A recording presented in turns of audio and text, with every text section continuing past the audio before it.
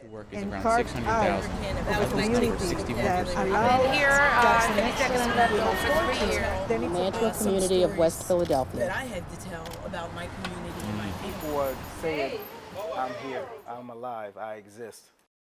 I live up there. I live up there. I live up the street. I live right there. I live up there. I live up there.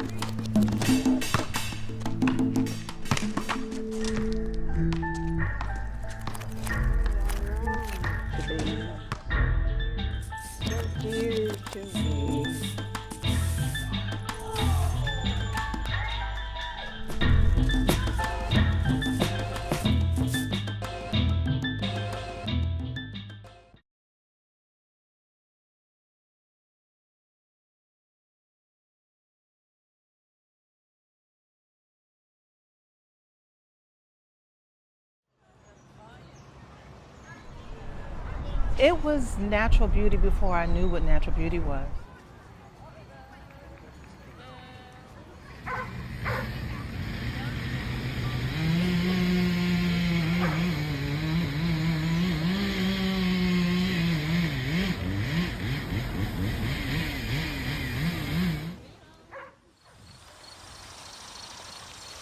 Just very sad.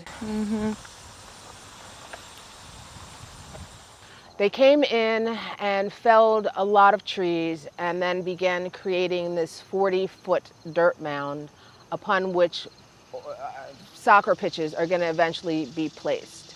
And to see that kind of destruction from this green, lush, verdant area to big piles of dirt and just fields of grass that had just been pulled up to expose soil, it's just been heartbreaking. And now that's all just being destroyed, and I don't think enough people realize how much destruction is happening. Come on this way, babe, because when you see it from the other side, it's really devastating. Like on this side, the trees, the growth, the gorgeous goldenrod coming into bloom, and then on this side, it's just heartbreaking. Until you're able to get this kind of close and you see the height of this whole thing, I don't think you get it.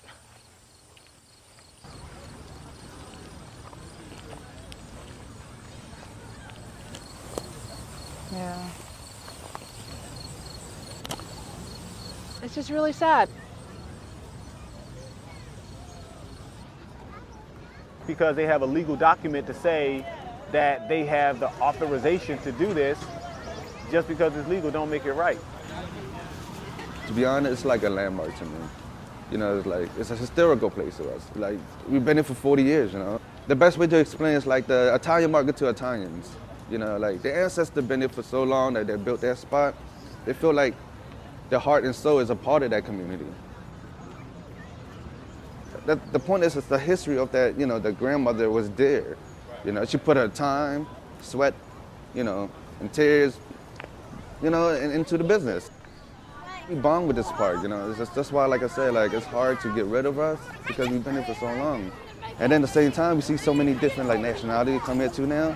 Like it makes us proud because like we was the first to actually set that, you know, the foundation to let people know like, hey, just come here too, you know. It's a really comfortable spot. It's welcome. Walking around, enjoy the nature around this park is just so special. When you come out over here, it's just you release all your black energy, your bad feeling. You come here just like you're sitting right now, and you know the water here, there's nothing with you. You feel good. Right. And then you say you're safe. It is safe. You believe me, when you go back home, you just like 100 things gonna, you don't know where it all came from. But when you're here at the market, you feel safe. I'm safe, I'm happy. Because everything is just like God here waiting for us. Right. Yes, like He lifting out, here's my child, you know, it's coming to me. Right. It's just like here, it's around here, it's just like, my God, all the angels and everything is live on this tree to help us. Culturally, you know, FDR Park it's black to me. It's a black park, and we were always here. And I remember seeing us, you know, picnicking in the park, church picnics, swimming in the park. Black men used to be down here fishing in the park. These trees know their roots, but we don't. It just bothers me because when I did look and learn about the history of why FDR Park even became a park, it was because of development of neighborhoods in South Philly that they even developed this park. This guy who is a Quaker that I knew, a white guy whose family is Swedish, he was the one who took me into the Swedish Museum for the first time. And I walked around in there, it was after hours, and I learned a lot about Swedish culture, but also the fact that this has been here all my life. And I never knew about it. No one took us on school trips there. And I went to school in South Philly. I went to camps in South Philly. No one talked about the American Swedish Museum to us. And I think it's just because it's like, why would you waste your time talking to young black children about Swedish culture? But because we're shut out so much, that we are represented, not just Italians, you know, and not just people who have connections to people in the city, but like ground root people who care for the land, that they have a say in the development, because development in the mouth of a person who's just bottom line business and about making money, it's not about caring for the land, it's about how much profit I'm going to get after I change the look of this place.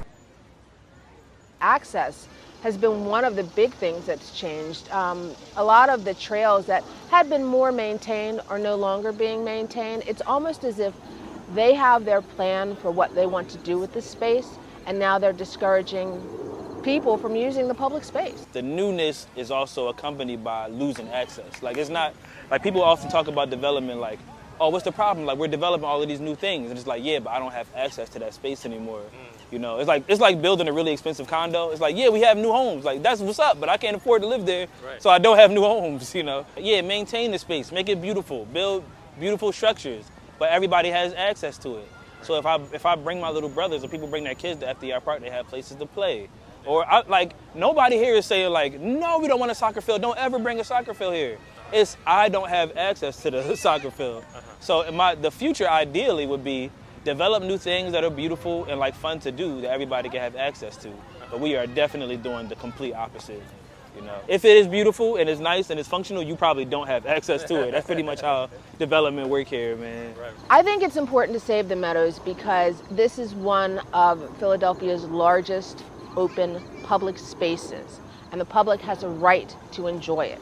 And we've also allied with some other groups like the Sunrise Movement here in Philadelphia, as well as UC Townhomes and other groups, even Save Chinatown and No Arenas in Chinatown, because they understand that, you know, when they come for us, they come for all of us.